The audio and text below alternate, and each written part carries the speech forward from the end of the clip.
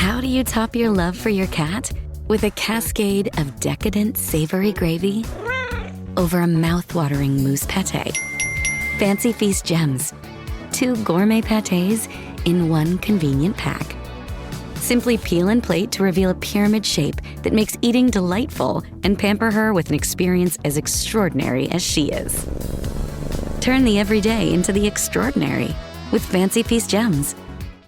The family that vacations together stays together. At least, that was the plan. Except now, the dastardly desk clerk is saying he can't confirm your connecting rooms. Wait, what? That's right, ma'am. You have rooms 201 and 709. No, we cannot be 5 floors away from our kids. The doors have double locks. They'll be fine. When you want connecting rooms confirmed before you arrive, it matters where you stay. Welcome to Hilton. I see your connecting rooms are already confirmed. Hilton, for the stay. All right, listen up, nacho chips. Quiet down, crispy potatoes. This is the moment Velveeta's been preparing you for, and you're not about to crack under pressure. Today's the day to go all in on the drip. Velveeta's Heat and Eat Queso is the MVP of any game day spread, so stick by them, and you'll be golden. Now get out there and make delicious history. No tailgate party is complete without Velveeta. Tom, best dairy-based dessert? The only correct answer here is a peanut butter cup blizzard from Dairy Queen. I'm with you on the genre. I would go, actually, Kopp's frozen custard from Milwaukee, Wisconsin. And I'm not just saying that because this is Top Chef Wisconsin. It is the best dairy-based dessert, certainly in the continental U.S.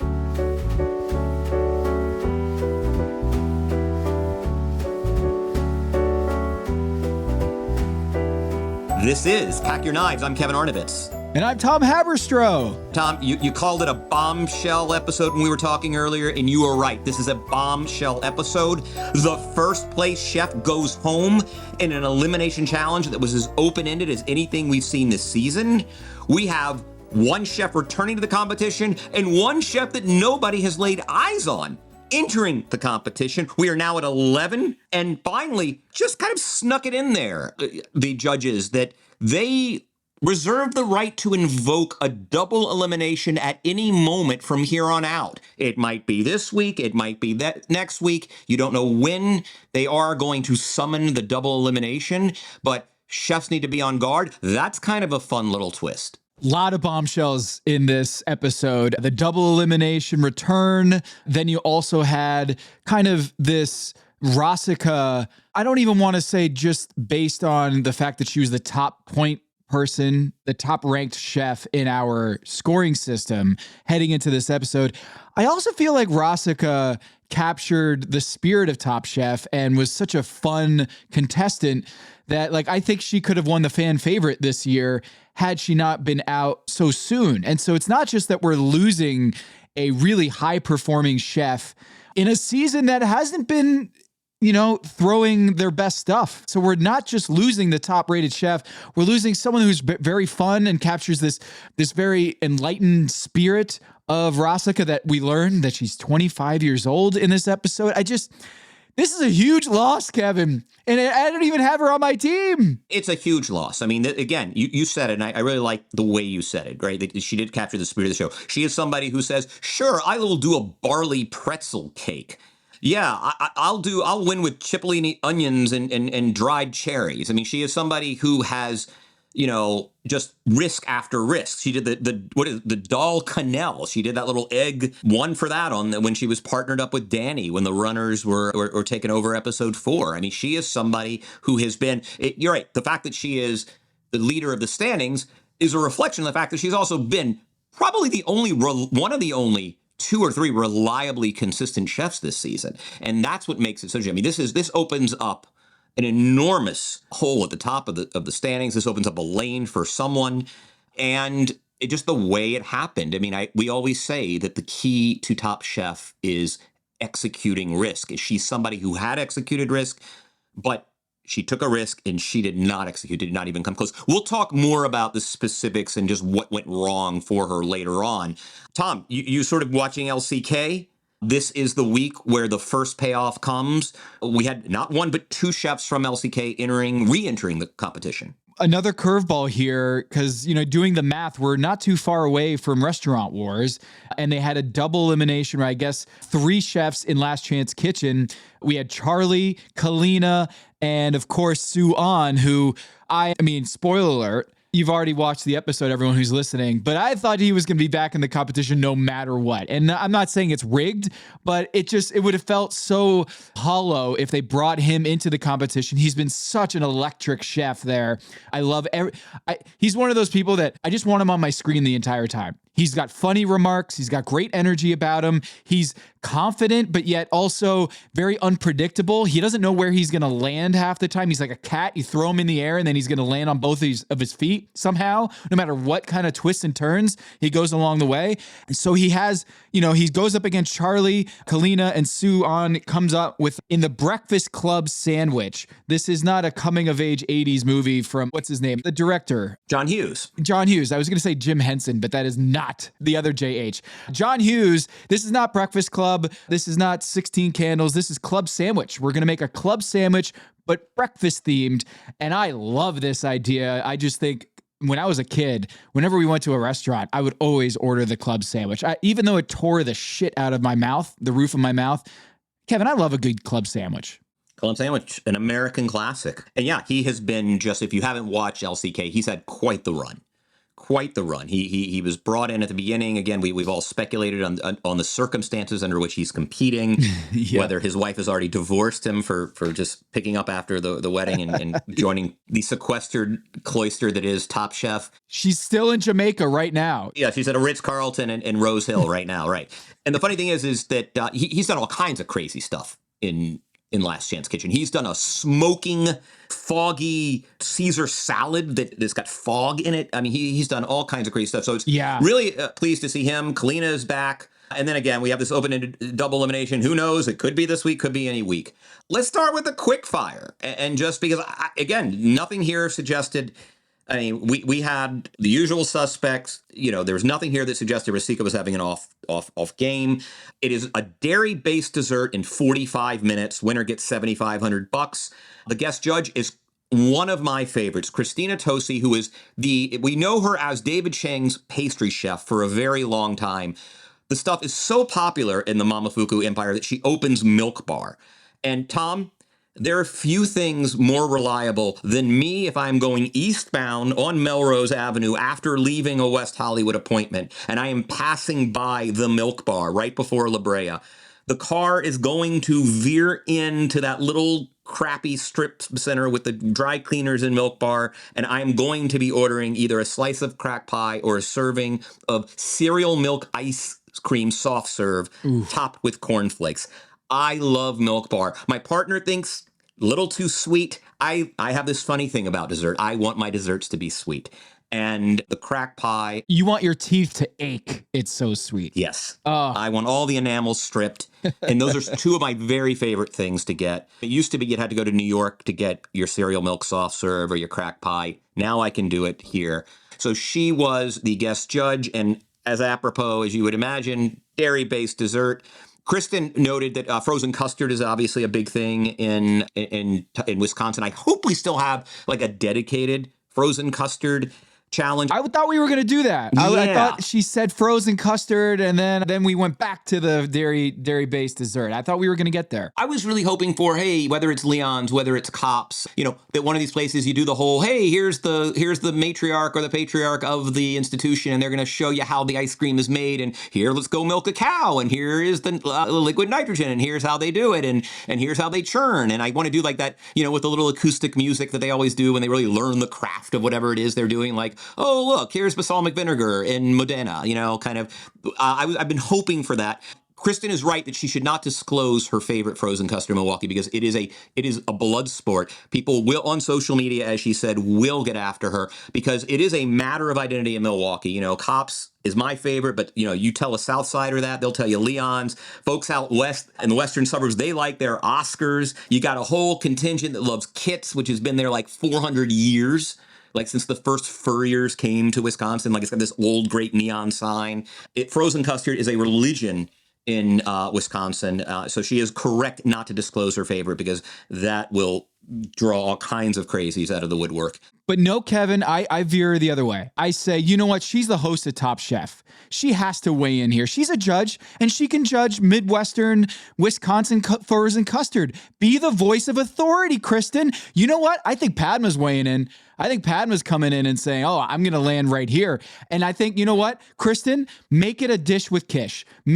Create the content around your ruling and have, your favorite chef or your favorite custard shop to come in and do its own episode of Dish with Kish. That's how you turn a negative into a positive. Or, hey, I don't want to weigh in here because I might get too much shit thrown at me. You know what? Turn it into content. That's what I say. Yeah, we will ask her. We will ask her to come out. Now, there are documents online showing her very happy outside Leon's Frozen Custard on the south side. Ooh. She did visit that with Gail. That's a great place. They're buttered pecan. The buttered pecan frozen custard at Leon's is a can't miss item. If you ever find yourself in town, Tom, doing a little work, bucks or whatever, you got to get some butter pecan. I'm still a Cops man, but I do carve out the exception for the butter pecan at Leon's. Well, what did you think about this quick fire? We had the bottom three, Manny with the melted. He knew it as soon as it happened. The whipped cream just didn't work with the fried churro. Anytime you have something crispy underneath a whipped cream or some sort of ice cream, I think Kristen said it in her, maybe it was on the regular Top Chef episode or was it on a Dish Kish, the idea of like cake and ice cream. It's such a classic for me. I always like the warm cake mixed with the cold ice cream. But cake doesn't need to be crispy to be good. This dish with the fried churro did not work. Manny continues to just hang on by the skin of his teeth. And he's, we get him working out with the power bottom to open up the episode. And I gotta say, Manny is just riding at the very top of this precipice here. And he is like teetering every single challenge. He's had a rough couple weeks, and it's going to be interesting. Again, his Spicoli, he comes out of the gate really strong. Yeah. And this is where you start to sort of evaluate him as a contestant. Hey, is Spicoli something that was in his back pocket? It's something, it's a specialty of his. What do you know? You get soup, boom, easy call. Does he have the range you need to get to a final four? Danny, oddly though, one of the stronger contestants who ultimately wins the week in the elimination, his black sesame cream puff doesn't impress for whatever reason. He has an aesthetic, doesn't he? He has an aesthetic. Oh yeah, he's got an aesthetic, and it is aesthetic, right? It is. I mean, he is a guy who, even when they ask for chaos, gives you something refined, and he does he likes structure. He is, I think, the most technical chef. But in this particular instance, the technique didn't overcome just the concept. Although I'm very into whenever you get like the purely sort of Japanese flavor mochi selection, whether you get the taro or the green tea or black sesame, red bean, whatever it is, I always choose the black sesame. I love black sesame as sort of a dessert item. Yeah, he didn't nail this one. Again, the cream puff just didn't land. Dan, the texture just didn't work on his. But the top three, Kalina, Michelle, and Amanda, I want to give a shout out to Savannah with the little leafy tweel thing that she had on hers. It felt like she arrived. Like this episode, it felt like Savannah arrived. She didn't win either of her challenges, but I felt like Savannah just she made a statement this week. Yeah, I mean, she is cooking consistently good food now. And I think that wasn't necessarily the case early in the season. And she reminds me a little bit of Adrian. You remember from a few seasons ago, like she's a confidence builder. Yeah, Dan on the bottom, first time I think he's been on the bottom of any round. I mean, part of the problem was with Dan, I just want to go back to here, is this is a guy who was actually, it's usually you have to take a classic dessert and turn it vegan. He had a vegan recipe he was trying to turn classic. And I'm going to offer something very controversial, Tom. I think dark chocolate is trash. Oh, no. I'm sorry. I think dark chocolate is trash. We've been sold that it's actually healthy if you eat it after dinner. It's sort of, it's the dessert that you don't have to feel guilty about.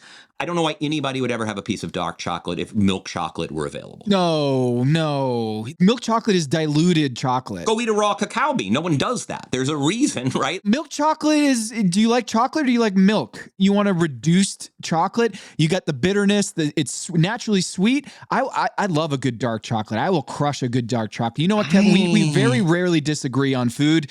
I'm team dark chocolate here. I just think it's bitter. It's like, what's the point? What's the point? In our house, we throw away dark chocolate. But I'm with you, Savannah. I thought had a night. She wasn't on the top 3, but I thought you're right. She is cooking very well. The top 3 were Kalina, back from LCK and strong with her salted caramel and rum custard, mascarpone, and creme fraiche whip. I love like rum caramel. That's a nice flavor profile. That's kind of where I live. Yeah, and is it caramel where you grew up in Atlanta, or is it caramel? Oh no, it's caramel. I'm a Southerner. Yeah, caramel. Amanda's like, I still don't quite understand the cheddar biscuit shortcake inspired by Bananas Foster with the vanilla chantilly. But I mean, there's banana in the cheddar. But apparently she executed it well as a shortcake. Again, there was a bizarre lack of cake. I guess 40 minutes isn't a long time, but she was one of the 2 kind of cake makers, and both cakes finished on top. Kevin, I gotta say, Amanda is, I feel like a sleeping giant on this show. Everything she seems to like, she's never freaking out. She has everything figured out in her head. She's got this Pokemon energy, as she says, where she's just, I don't know. She just think every time the prompt is thrown at her, it seems like she knows what she wants to do and she executes. I think Amanda, even though she wasn't in the top for the elimination challenge, I feel like Amanda's really strong. You put me onto Amanda pretty early, where you just felt like she's got Top Chef figured out on a different level, and you can see it in this dish where it doesn't really make sense, and then they eat it and they're like, oh, this is awesome. She has good concepts. Like every time she comes up with a plate, I'm like, oh God, that sounds like something on a menu I would order.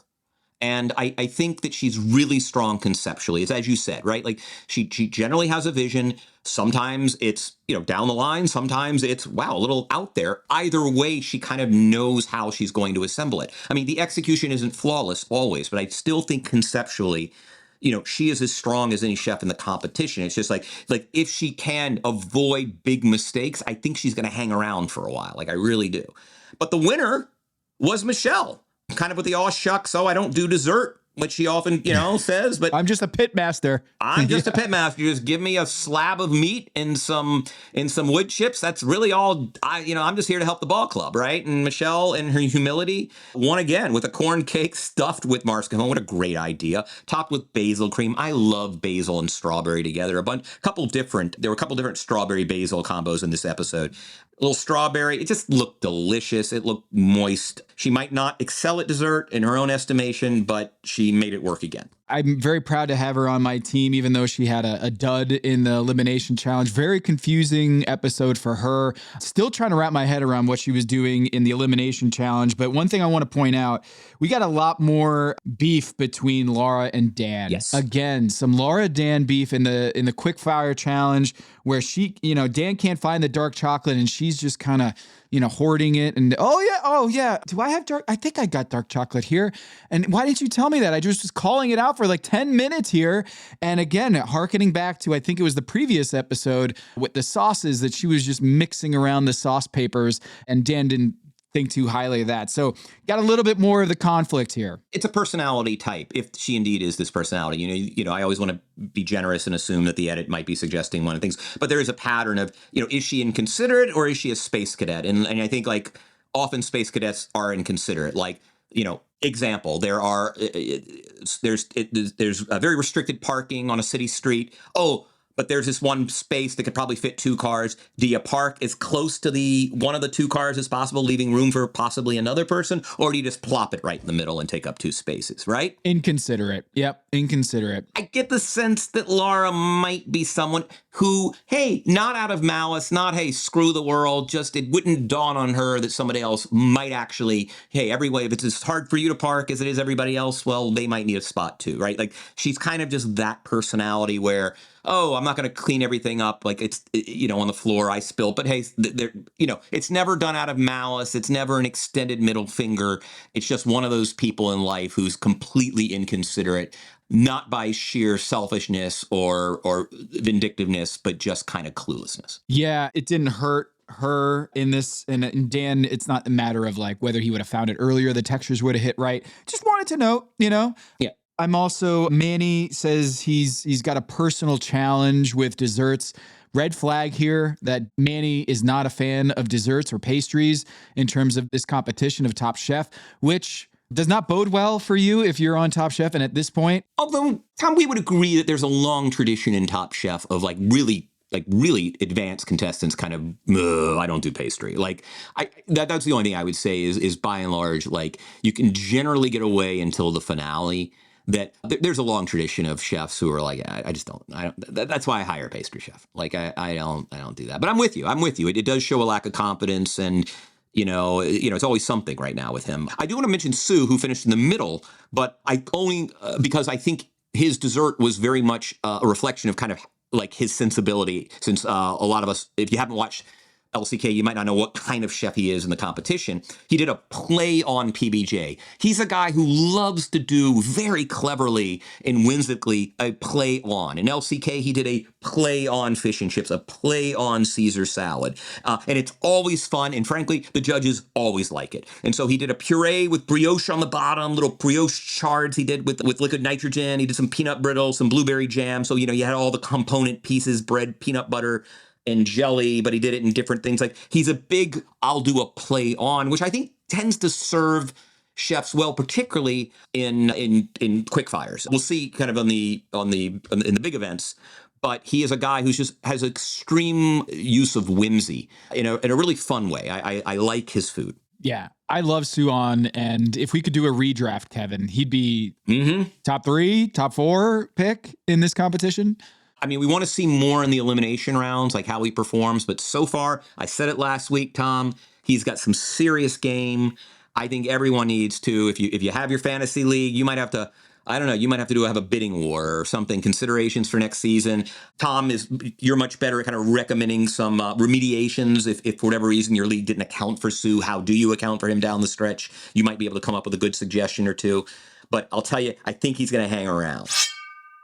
Listener, listen up. This is important, okay? I'm going to try to save you some money here. If you're still overpaying for wireless, it's time to say yes to saying no. At Mint Mobile, their favorite word is no. You may think like, oh, that's bad. No contracts, no monthly bills, no overages, no hidden fees, no BS.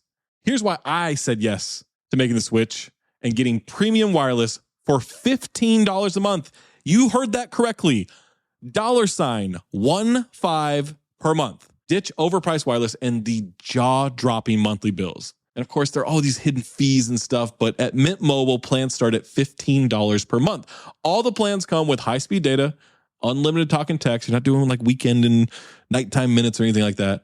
And it's delivered on the nation's largest 5G network. Use your own phone. Don't have to get a new phone. Use your own phone with any Mint Mobile plan and bring your phone number along with all of your existing contacts.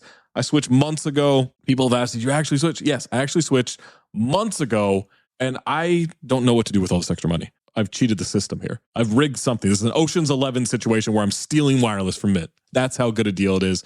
Ready to say yes to saying no? Make the switch at mintmobile.com/dings. That's DINGS. That's mintmobile.com/dings. Upfront payment of $45 required, equivalent to $15 per month. Limited time new customer offer for first 3 months only. Speeds may slow above 35 gigabytes on unlimited plan. Taxes and fees extra. See Mint Mobile for details. Hello, listener. It's producer Maze here to talk to you about Kindred. Now, close your eyes like Owen Wilson during a job interview and imagine a way to travel that feels personal, comfortable, and connected without the price tags and the sterile feelings of hotels or short-term rentals. Now open your eyes and stop using your imagination because Kindred has made it very real. That's exactly what they do. Kindred is a members-only home swapping network. It's not a hotel. It's not a short-term rental. It's a smarter way to travel where each stay feels like home. Here's how it works. With Kindred, your home is your ticket. You earn credits by hosting fellow Kindred members, and then you use those credits to stay in over 220,000 homes in more than 100 cities worldwide. There are no hotel costs or rental fees, just the credits that you've earned. Every stay comes with white glove service, 24/7 trip support, and $100,000 in host protection. Make it easier for you to travel and enjoy yourself and not worry about details. I've used Kindred and I found an amazing home for a weekend getaway in an idyllic location with amazing views and great ambiance. It had everything I needed. And the best part was, it cost me $0. So apply now at livekindred.com and use code DINGS to join for free. Plus, you'll earn 5 nights of travel credit just for signing up. That's right, that's 5 whole nights for free at livekindred, KINDRED.com, code DINGS, DINGS, livekindred.com, code DINGS. Hello, listener. It's Producer Maze here to talk to you about Quince and their cookware. Cooler nights mean cozy meals at home, and Quince's cookware has made fall cooking so much more enjoyable. Their pieces deliver the quality and performance of luxury brands, but at a price that makes sense. And they look gorgeous on the stovetop, too. No matter what item you need to complete your kitchen, Quince has you covered. With 5-ply stainless steel pots and pans, nonstick skillets, chef-quality knives, and even ceramic bakeware, which is perfect for cozy casseroles or Sunday roasts. And when you look at these prices, you might think, how is Quince doing this? How do they deliver high-quality items similar to high-end brands that are half the price? Well, let me tell you, they partner directly with ethical top-tier factories to cut out the middlemen and pass the savings on to you. And it's not just cookware. I got myself some bath sheets. That's right. When you're a tall man, you have to use bath sheets, not bath towels from Quince. It's like drying off with the cloud. It's incredible. Upgrade your kitchen for cozy fall meals with premium cookware from Quince. Go to quince.com/dings for free shipping on your order and 365-day returns. That's QUINCE.com/dings, DINGS, to get free shipping and 365-day returns. Quince.com/dings.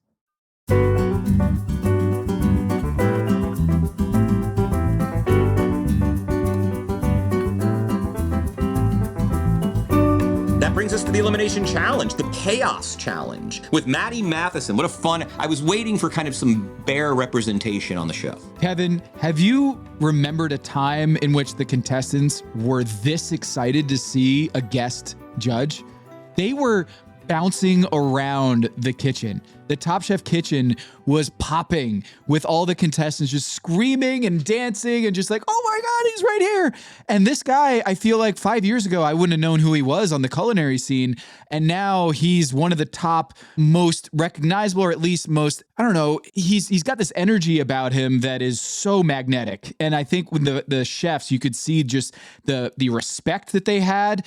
Savannah was just thrilled to see Maddie Matheson, is I think Amanda too. What a cool story, Maddie Matheson. He's a Canadian chef that just kind of bounced into the Viceland world and became this celebrity chef that made its way into The Bear, kind of playing his own character, but so much fun. Yeah, he had a place in Toronto called Parts and Labor. It's on the way, way west end of Queen. Like way west. And that also there's always was like a place where there was like some like kind of DJ magic going on, and there was like a basement, kind of a speakeasy quality to it.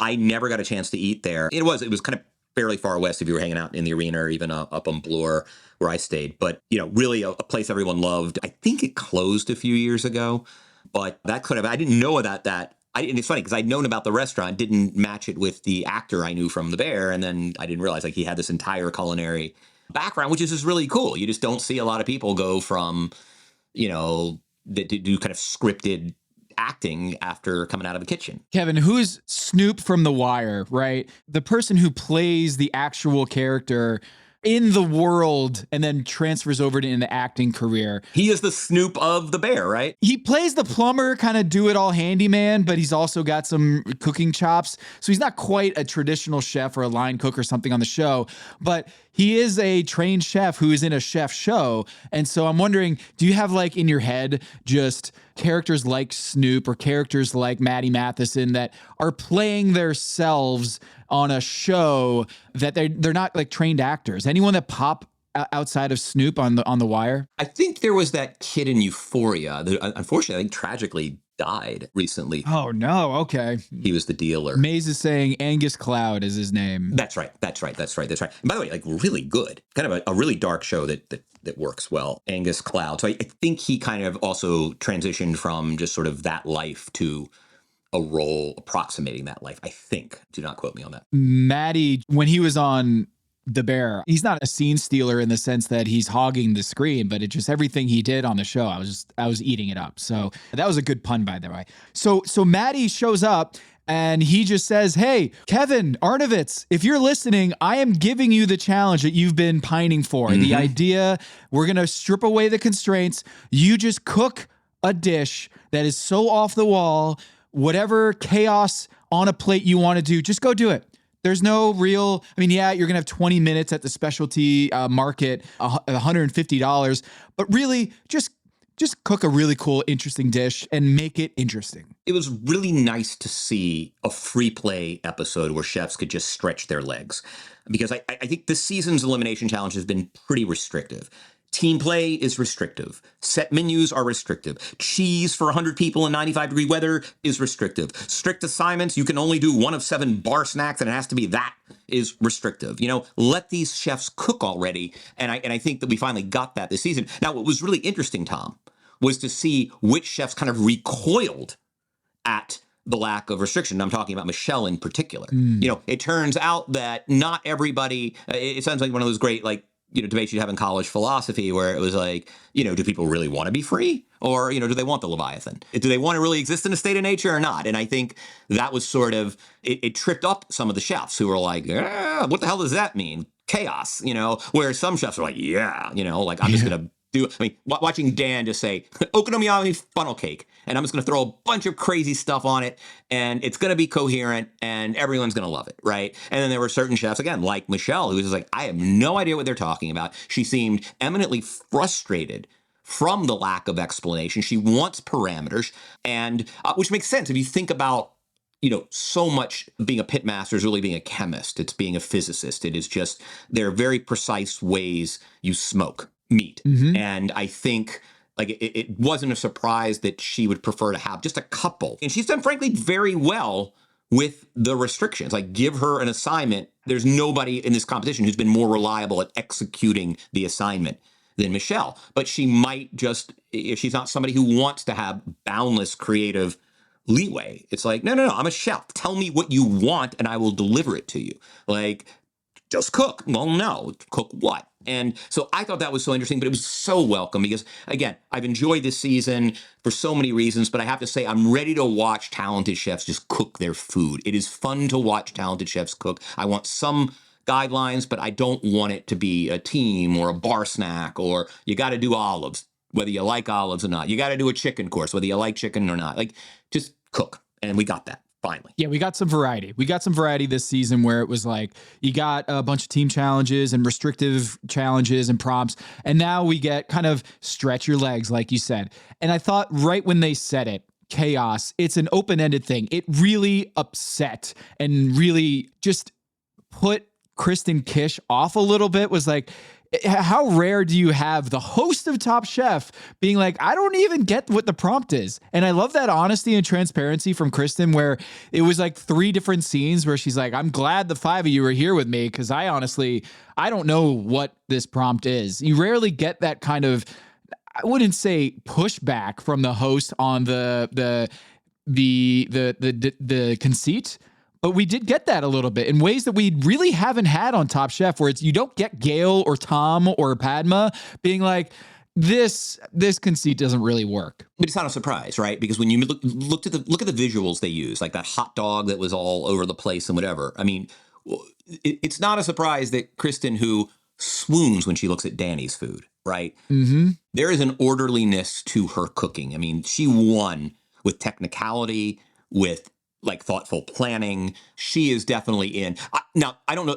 I wouldn't never say she's like Michelle in the sense that like she wants like very strict guidelines. And I mean, I think she would have succeeded, but she is somebody who I think when you listen to her, you know, critique at the table, talk about food, there is an orderliness. It's actually cooking is the absence of chaos. Yes. A kitchen is chaos. Oh, there are things everywhere in the flour. And look at my station. It's bad. No, but I think what Kristen imagines, at least my interpretation of her amazing kind of cooking, is she imagines the kitchen to be a place where you take all these disparate, chaotic elements and then you settle the chaos with a plan, with a dish that is thought out, that has intentionality. And chaos is the absence of intention in many ways. So I do think that you're right, is Kristen, it's kind of her personality that she wants that prompt or wants some sort of guidance, wants some sort of framework.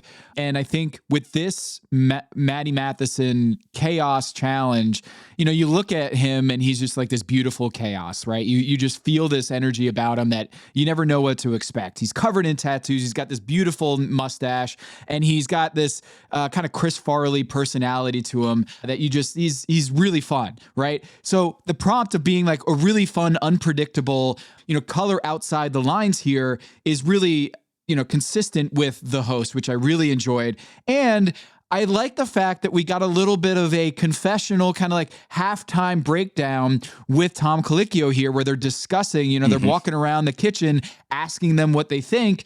And then, they kind of do a little huddle up. And that's when we get the backstory of Savannah. Now, Savannah, apparently, Kevin, correct me if I'm wrong, she had this like, I don't know if it was a competition or they brought in Maddie on like a voicemail or something where he was giving feedback to her dish.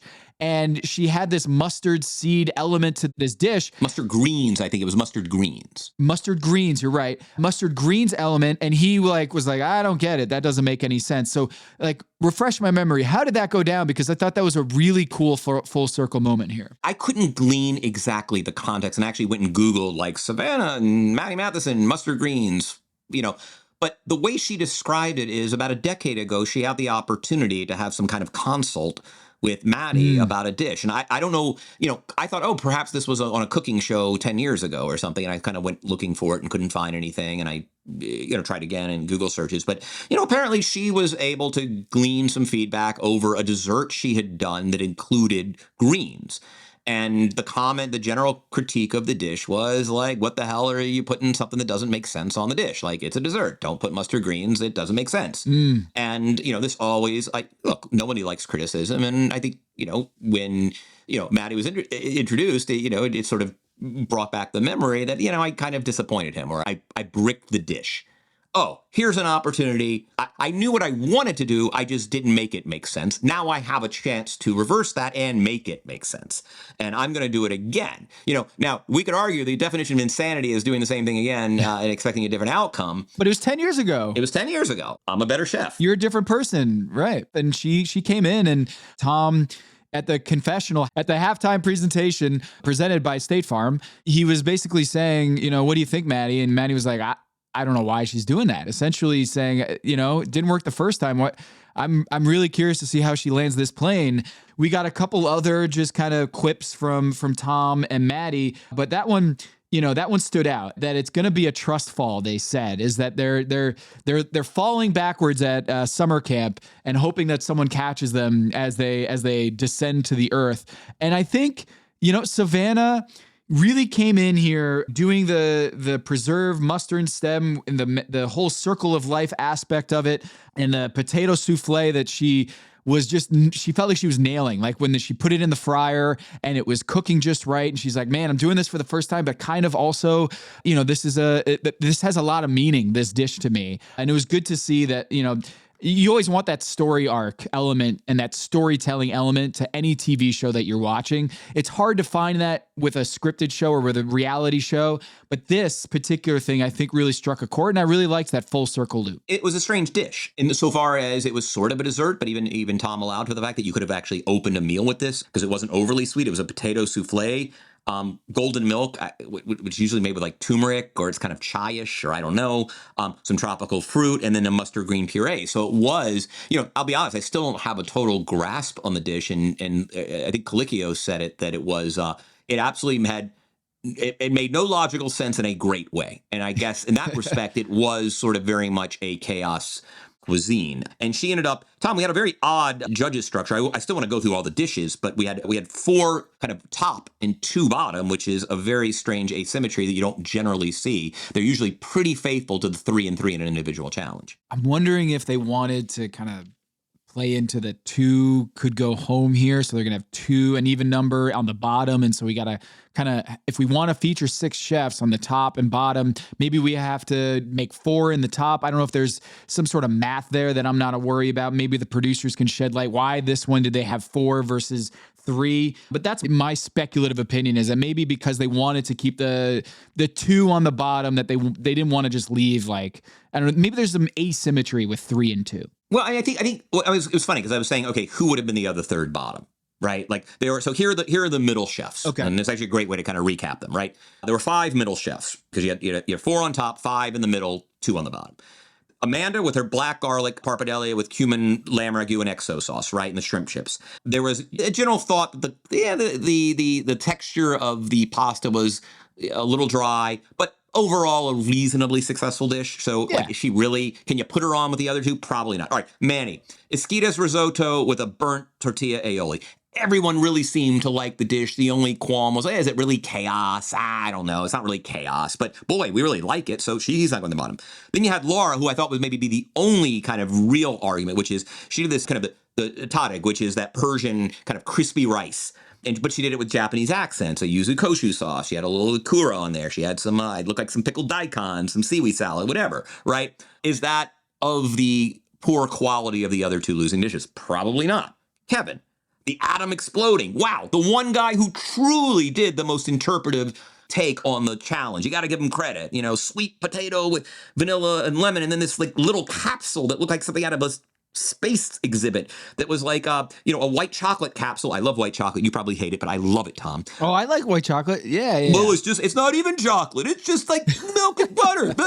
All right. So it was a white chocolate capsule with raspberry coulis and tarragon. So like, got to give that guy credit. At least he actually really embraced, he was the true chaos agent, right? And then Kalina, who everyone liked her trash burrito enchilada, and with the kind of the smoky ancho chili crema. But, Gail said, hey, it ate a little heavy texture, but God, it was still a successful dish. So my take is there just wasn't, sometimes the kind of the pack separates and there's 2 god-awful dishes, and the third worst is actually a pretty decent dish.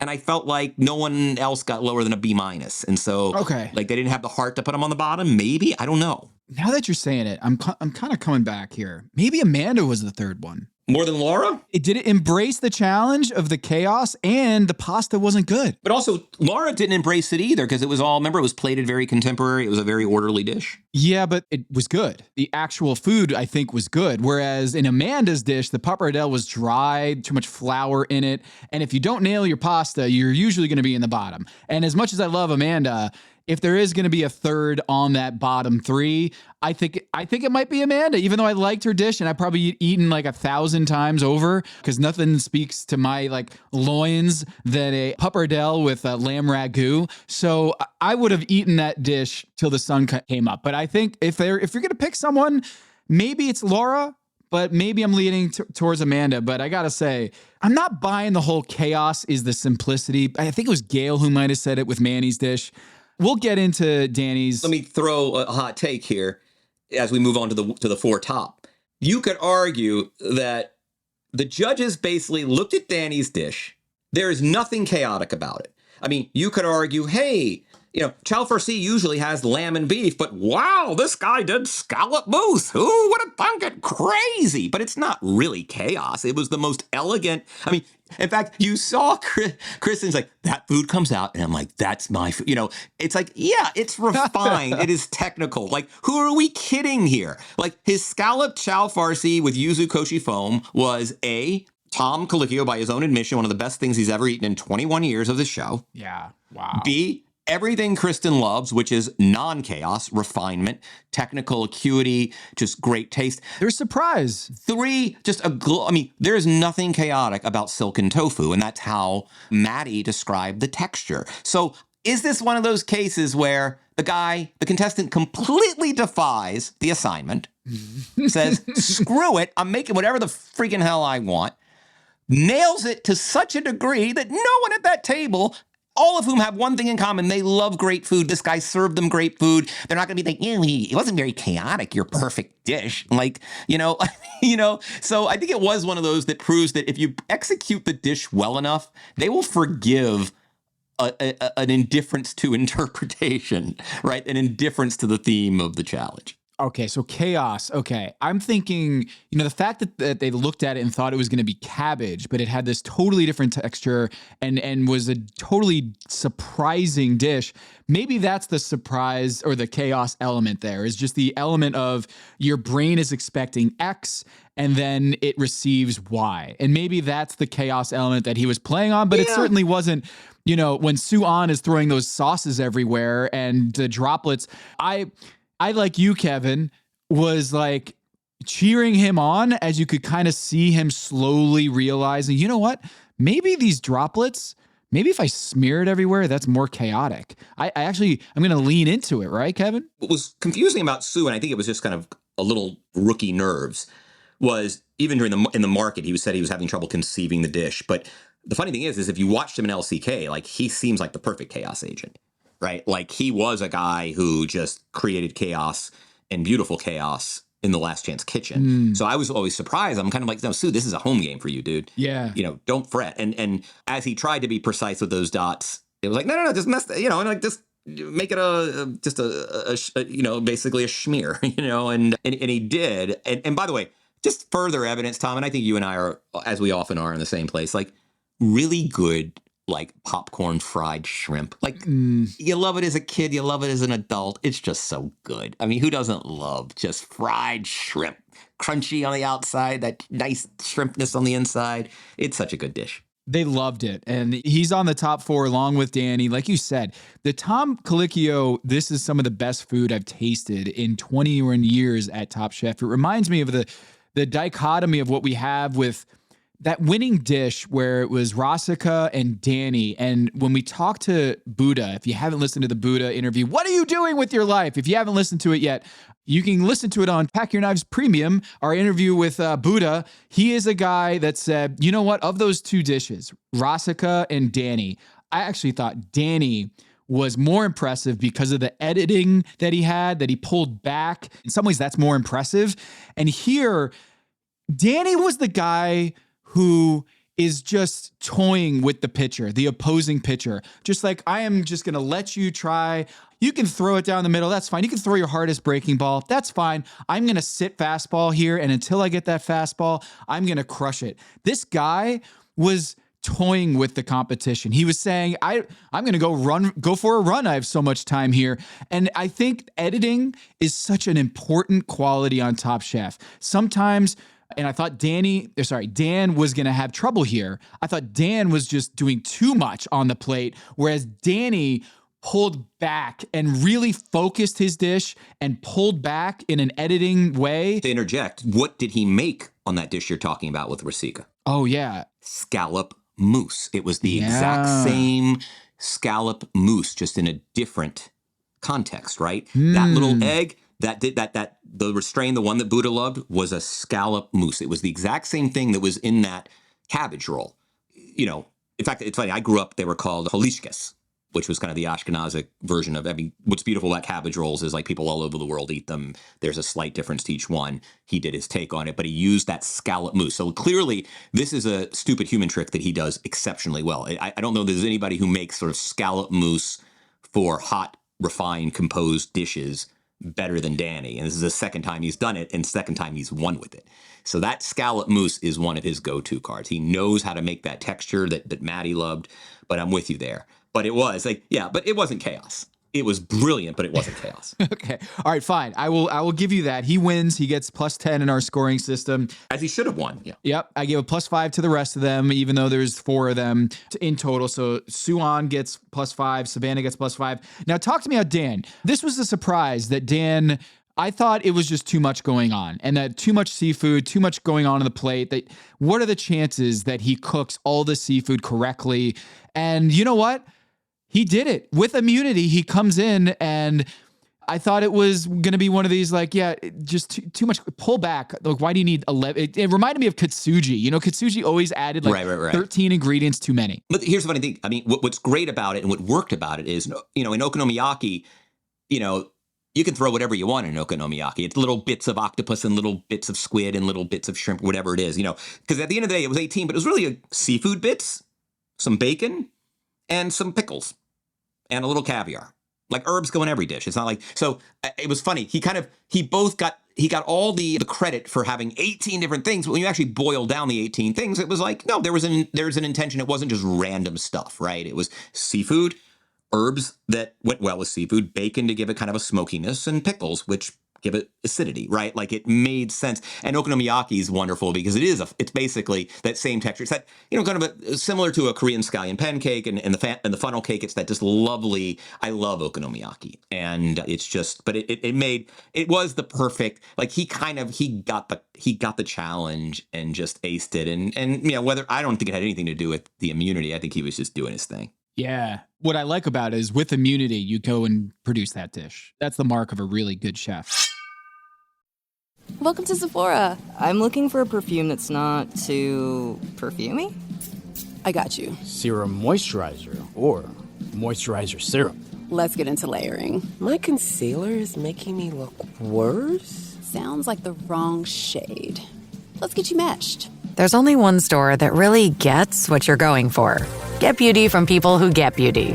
Only at Sephora. Hi, Let's get you a basket. Finished training for the day? Time to fight post-workout fatigue with Core Power Protein Shakes. They're packed with 26 grams of high-quality protein to build muscle and electrolytes to help hydrate. The nutrition you need to help your body replenish, rebuild, and repair post-workout so you can power on to the next one. Champion your recovery with Core Power. Visit corepower.com to learn more.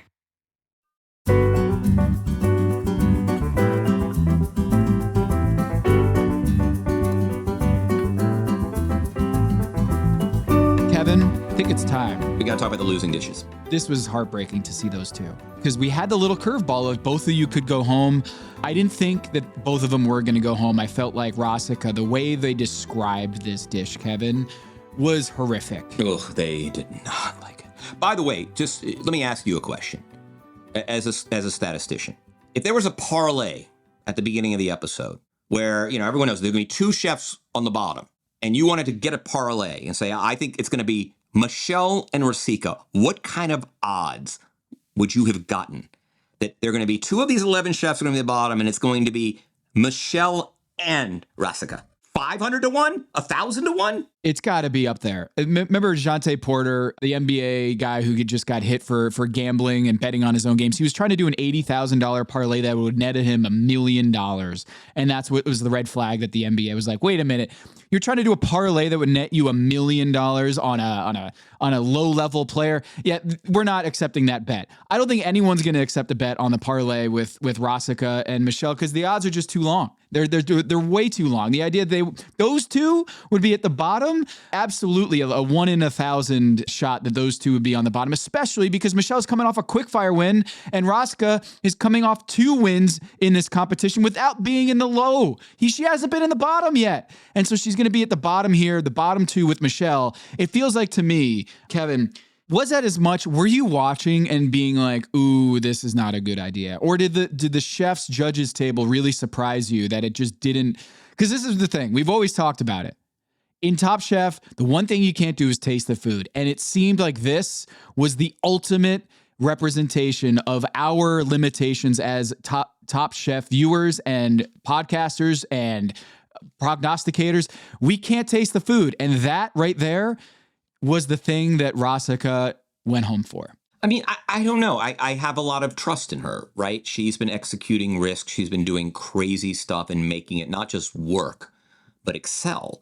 We think back to the pretzel barley cake, the dal canal. I mean, everything she's done. So you tell me, oh, Rasika's doing an eggplant roulade type thing stuffed with crab and creme fraiche. I'm thinking, yeah, creme fraiche in a hot context warm temperature context is a little iffy. Mm-hmm. Oh, there's a mushroom conserva and some dukkha and some garlic tahini. Oh, okay, that those flavor profiles make general sense. I mean, crab is kind of which of these things is not like the other in that set of ingredients. But hey, she did barley and pretzels for God's sake. So like, what am I worried about? And So I don't know. I mean, I think that eggplant can be, I mean, a lot of people don't like, I mean, it does have a slimy texture if you don't roast it. Yeah. Treat it correctly. It can be that sort of unsatisfying. And especially if you do it kind of mush on, there's a real mush on mush potential for, the filling is, because it's a real lot. The filling is mushy and the actual eggplant's mushy and I didn't get a chance to sear it. And I didn't get a chance to really take any of the moisture out of it.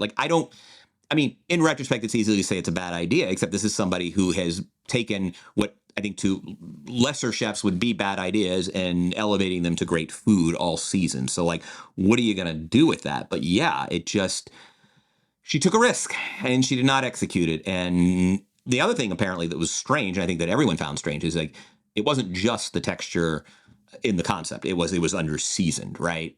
You almost can imagine her getting away with it, but but the flavors were there. No, they weren't. Apparently for the first time since show, she kind of just really under seasoned. Now she had the salt issue last week with the sturgeon sauce, but this was a technical error in addition to being a conceptual error. But it was very funny in the sense that, it's not funny because she's one of my favorite chefs on the show and I really just kind of want to continue to watch her cook. But when that thing that imagine all the technique that went in there and it almost made Maddie more angry, right? Because, Michelle had the opposite problem, right? I'm not going to say she phoned it in, but it just wasn't a very high concept dish, right? Here is to go to all that effort on Rosica's part to make bad food was even scarier, as he said, right? It wasn't she kind of slopped it together. Wow, the technical expertise required to do all that stuff. Well, it didn't work, right? And so that's sort of, at least she went out with risk. There's nothing worse than somebody who goes out phoning it in, and she did not do that.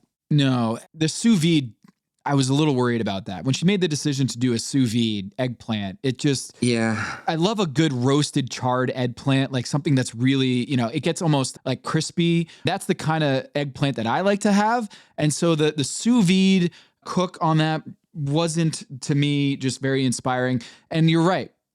When the descriptions are no flavor, the descriptions are as bland can be, one note.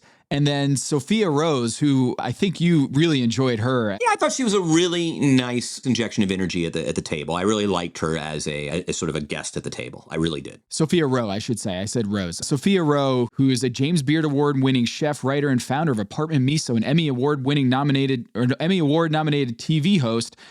Shout out to Sophia Rowe. And she said it was very slug-like, which another dagger here.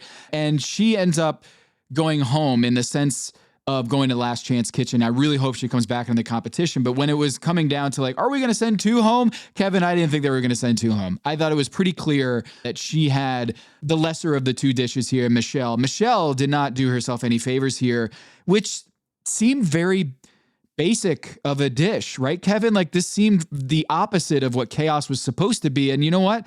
Sometimes Manny Ramirez is going to strike out 4 times in a game. Yeah, it seemed like a quick fire dish, right? She does an oreille, sort of, Lebanese meat pie, right? And then, but it's, hey, I'm going to do it with kind of that Vietnamese shrimp pork, sausagey kind of substance, right? And then a nem nuangi kind of thing.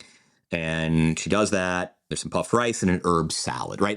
The herb salad is, to me, when you do herb salad, when you're on a cook-off and you got 20 minutes and you need some garnish with the protein that you only had you had a scallop, it's a quick fire Last Chance Kitchen. That's when you see herb salad. Herb salad is a euphemism for, hey, this is a quick fire. This is, I need to put something on the plate that makes it refined. Right? That's not an elimination challenge. This was a quick fire dish from a chef far too advanced to be doing that, right? And then the cook was bad, right? Someone, in Tom's case, the pastry was burnt. In Kristen's case, the meat was undercooked, right? It just didn't work. And I think that she just got really, I think she was just spooked by the lack of instruction. Some people like to have even light parameters. And that's the funny thing is she's so generative and creative. All of her dishes have been. This is not someone lacking for ideas, right? From the very outset, I think she did just really a charred corn sauce with crispy chorizo with a ricotta lobster pasta. The assignment was pasta. It's not she was given anything else, right? Like she just needs one variable, right? She doesn't need a lot, but she's been really generative and creative in her ideas. And that's sort of why I was just so kind of shocked that she basically does a quick fire dish. It wasn't her best. And you know what? There's another day. You know what is the Earl Weaver quote? Momentum is just the next day's starting pitcher. And I feel like, she had a bad game, but you know what? She gets another opportunity here to redeem herself. And I think she will. And Michelle on my team gets gets 0 points here for being on the bottom. We're seeing Rosica go to Last Chance Kitchen. By the way, Suan, when he left Last Chance Kitchen, he said Toodles Last Chance Kitchen. Hello, Top Chef. I haven't heard Toodles in a while, Kevin. We need to bring back Toodles as a goodbye, a farewell synonym. More kind of an Anglo convention, isn't it? Toodles. Yeah, Toodles. Toodles, I think, is an abbreviation of Toodaloo. Toodaloo. I think that is more of a kind of an Anglo thing. I will have to ask our consultants over in London, my sister over there, who generally listens. No surprise, I'm a fan of it. Well, Kevin, I did some research here because Rosica, you had asked me, hey, Tom, have we ever seen something like this before where someone who has been this dominant at this point in the competition go home? And the answer is there is one person that I think is a pretty good proxy for this. I went back in my Top Chef database that I have created and looked for someone who had 2 Elimination Challenge wins in the first 6 episodes. So this is the 6th episode that Rosica goes home. So she's had 2 victories, 2 Elimination Challenge wins. Has that ever happened that within the first 6 episodes, someone went home after having 2 wins? And the answer is yes. There's been 3 chefs who have had at least 2 wins and have gone home within 6 episodes. One is Chuy Valencia in season 9, Texas, along with Heather Terhune in that season, Top Chef season 9. However, in both of those cases, the wins were part of team challenges, so I kind of threw them out, okay? Throw those out. Rosica's winning pure individual challenges here, and I think that, kind of throw those 2 out. The one that had 2 elimination challenges, victories, and then got home sent home directly afterwards. So an in, and then a win, and then a win, and then out. Season 16 Kentucky Nene win. See, our friend Nene. I always believed in Nene. I remember I kind of drafted her. I wasted a high pick on the All-Star season that she was in. It was a tragic loss, was having Nene go home so early. And you know what? Rosica, similar energy where I just want her on my TV. Kevin dreams of Nene, May says. So I really think that this is a fair comp. What do you think? Rosica as this year's Nene? I think that's actually a really good comp.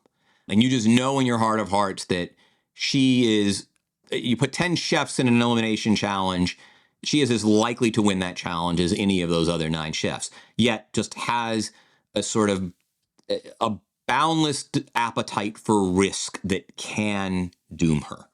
And it is sort of, it's some cowboy chefing. She's a bit of a cowboy. Every dish has to be a pretzel, barley, macaron, or an eggplant roulade filled with God knows what, right? Like she has she is not going to color within the lines. She has things she wants to do. She is in there to execute risk, and sometimes risk executes you. I couldn't have said it better myself, and I'm really upset to see it. However, that also means that I have pulled ahead of the chef's table / Kevin squad here after episode 6. I've pulled into the lead after a rough start to the season. I am now, Kevin, 82 to 74. Ooh. I had a 29-point outing. You had 8 points this week. So in the last 2 weeks, I've scored 45 points and your team has stunk it up with just 20. So you opened up Chef's Table with a 27-9 lead, and I've closed the gap. I am like the Denver Nuggets against the Los Angeles Lakers here in the playoffs. I'm always going down by 10 points, but I'm going to come back and take the lead. So, Kevin, you've got on your squad, you still have Manny, you still got Dan, you still got Kevin and Savannah. And I'm very upset that you have Savannah on your team because I think she really arrived. But you know what? I got the 2 best remaining chefs in the competition. I got Danny and I got Michelle on my team. And I still think Amanda. I think you left out a third. Amanda? No. And Suan? Suan! I mean, Tom, I'm telling you, right? I might have to go to the board and ask to marshal the resources for a trade for Suan. Although now I'm showing you my hand, so what am I supposed to do? Like, I'm supposed to do that thing where it's like, oh, I really want is Michelle. Well, all right, what about Suan? Would you? Yeah. Kind of the old, Brad Pitt as Billy Bean calling Dave Dombrowski in Moneyball or something. It's like, but I'm telling you, man, how did you get Suan? The commissioner awarded you Suan, is that correct? Yeah, the commissioner, he took David Murphy, and then that's right. If he hadn't had David Murphy, then I think he would have gotten Suan. But because of that, and because you had an additional pick, give me the guy who's got to come from behind in the Last Chance Kitchen and win 6 episodes in a row. No, I got you. And just on that, it was cool to see how he was brought to tears after he won Last Chance Kitchen, coming back into the competition. As we've heard on previous episodes. Well, because his wife has left him. That's why. My wife has left me, and all I have to show for it is a Last Chance Kitchen medal. He gets back into the competition. He's now in the Top Chef. And so as much as we lose Rasika, and I'm very upset to lose Rasika on the main event, we do pick up Suan. And listen, Rasika, if you're listening, yes, we want to have you on the show. We love your style of cooking. We love your energy, and we were so sad to see you go. And as much as this wasn't your best moment on the show, we'd love to hear your thoughts on it and what the kind of the whole arc of the season so far. And you know what? Maybe you say, hey guys, I'm not going to come on just yet. I might have a little, couple things up my sleeve. Maybe I'll come in later. More power to you. Maybe we bring you on later after you perform at Last Chance Kitchen. But we love you, Rasika. We want you to be on the show. I also want to hear about her travels. You know me. Like I want to. She's been bopping around Tamil Nadu and doing all kinds of fun research. Always love to hear about people traveling. Tom, closing thoughts before we kind of head in. We're back to 10 contestants. Closing thoughts. Toodles, Rasika. That's what I'll say. For Tom Haberstroh, for producer Anthony Mays, this is Kevin Arnovitz, and this is Pack Your Knives.